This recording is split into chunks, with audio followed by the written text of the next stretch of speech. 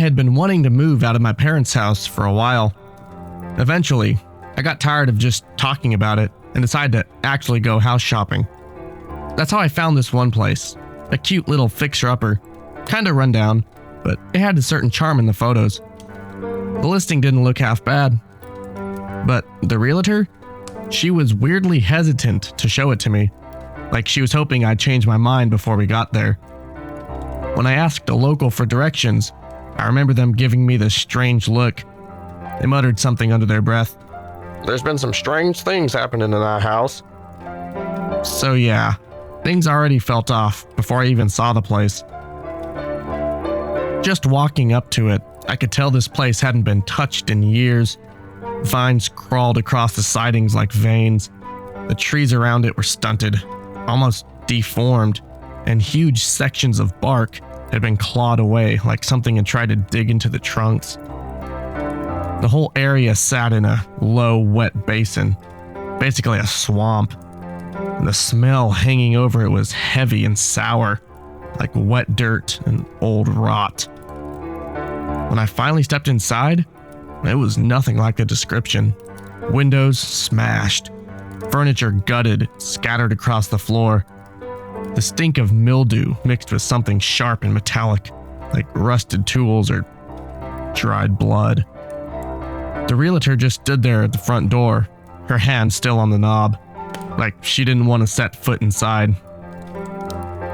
I walked over to her, already uneasy, and asked, "What happened here?" Nobody likes to talk about this place, but there was a girl, Jenny. She and her parents lived here before it all went wrong. A normal, seemingly happy family in a little 2-story farmhouse. No real drama, no rumors, just quiet, peaceful living. Then, on one summer afternoon, Jenny was walking home from her last day of school. It was early June, hot with wind that stings your eyes, the kind of day where the heat gets into your bones.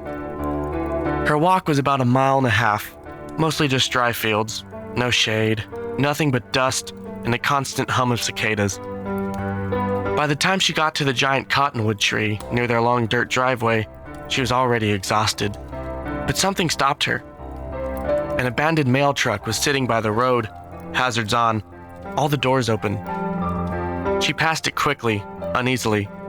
She didn't see anyone around, and something about the stillness made her skin crawl. She didn't want to stop, didn't want to look too closely. She just wanted to get home. She had made it about halfway down the driveway to the thick corridor of the trees when she heard a noise to her left. She turned, but saw nothing. Just a thick wall of brush, unmoving. She hesitated and then kept going. She heard it again, louder this time. In the blink of an eye, something massive dropped from the trees. A dark, hulking shape lunged toward her. She caught it in her peripheral vision and managed to dive out of the way, just barely avoiding the jagged maw of the enormous creature. It hit the ground hard, then twisted around and bolted at her again. It was a beetle, but impossibly large. This time it was too fast. It slammed into her and they crashed into the undergrowth in a tangled heap. Its hooked limbs clawed at her, tearing gashes into her arm.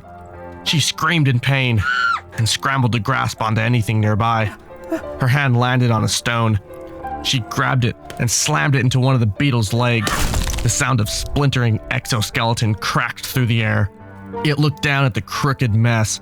A brown fluid oozed from the joint.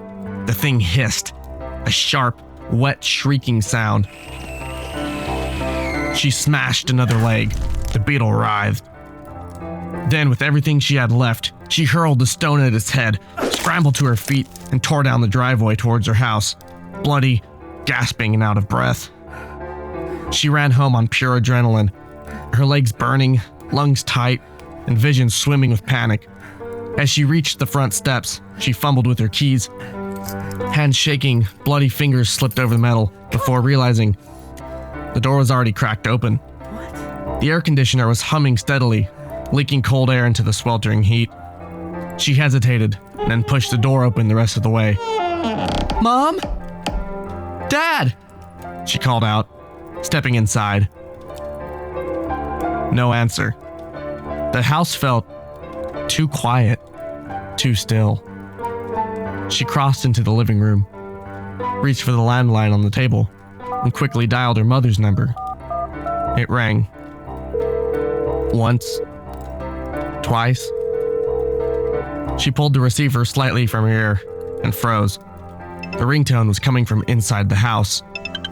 She followed the sound into the kitchen, each step slow and cautious. Her heart thudded in her chest. The phone was sitting on the counter, screen glowing with home displayed on it. She reached for it. Crash! A massive beetle burst through the back door in a blur of movement and splintered wood. Jenny screamed and bolted, tearing through the hallway and up the stairs. She made it to her room, slamming the door behind her and twisting the lock with trembling hands. All was silent. She turned around. Her bed was gone, thrown into the far corner, now just a twisted pile of broken wood and shredded foam. Her breath caught in her throat. Where the bed should have been was a twisted altar made of bones and moss, and behind it, her parents staked to the wall, impaled by the 4 bedposts. Their skin had been peeled off and draped over the altar, dripping their still lukewarm blood into puddles on the floor. Their backs ripped open, ribs pulled outward like jagged wings, holding their lifeless bodies upright in some kind of sick, ritualistic display. Jenny couldn't move. The worst day of her life had just become something far more nightmarish.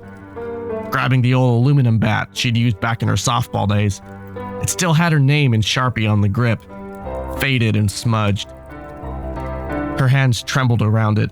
Heavy footsteps thudded down the hallway, slow and deliberate, shaking the floorboards beneath her feet. They stopped just outside her door. All was silent for a moment.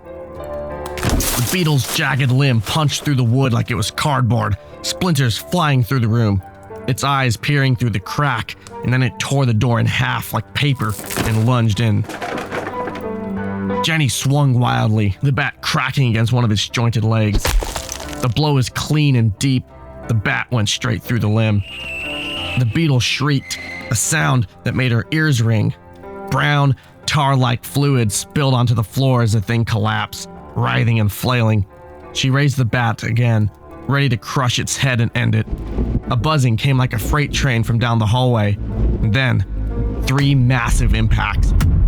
Floorboards groaning under its weight. The injured beetle on the ground let out a horrible, wet wail. Some guttural call to the others. Jenny's eyes widened. She spun and ran to the window, throwing it open. The drop to the ground looked brutal, maybe 15 feet to the lawn, but she didn't care. She swung one leg out, grabbed the sill, and started to lower herself. But she hesitated, 1 second too long. Behind her, claws scraped the wall. One of the beetles had reached the window. Its serrated limbs lashed out and stabbed between the bones on her hand, sliding in between her index and middle finger. Jenny screamed, pain shot through her arm. She didn't think, she just let go. Her body weight yanked her down, the claw sliced all the way through. Flesh and tendon ripped apart as her hand split wide open, blood pouring as she hit the ground with a sickening crunch. Pain bloomed in her legs, sprained, maybe broken, but the adrenaline got her back on her feet. She ran around the side of the house, towards the road. Behind her, the beetles burst through the broken windows, wings snapping open, with that same high-pitched buzz as they gave chase. Half blinded, the world smeared with blood and pain. The road was there, but she never made it. The beetles were faster. One hooked claw caught her ankle and yanked her down. Her scream was cut off by the force of her fall, her breath torn from her lungs. They didn't kill her right away. She fought, flailing uselessly against them. But the moment they lifted her into the air, she knew they were taking her back to the house, back to her room. When she opened her eyes, she was in her bedroom again. The lights were out, and moonlight spilled through the shattered window. Her parents were still there, or what was left of them. The beetles laid her down between them. She tried to scream, but something heavy was pressed into her throat. Resin, maybe? Thick, hot, and choking. There's a few different versions of what happened to her after that, The realtor said with a sigh. but they all end with some kind of gruesome ritual. She glanced at the hallway, then looked back at me. The room where it supposedly happened? It's gone. Nothing but the burnt remains of the 4 bedposts still lodged in the drywall.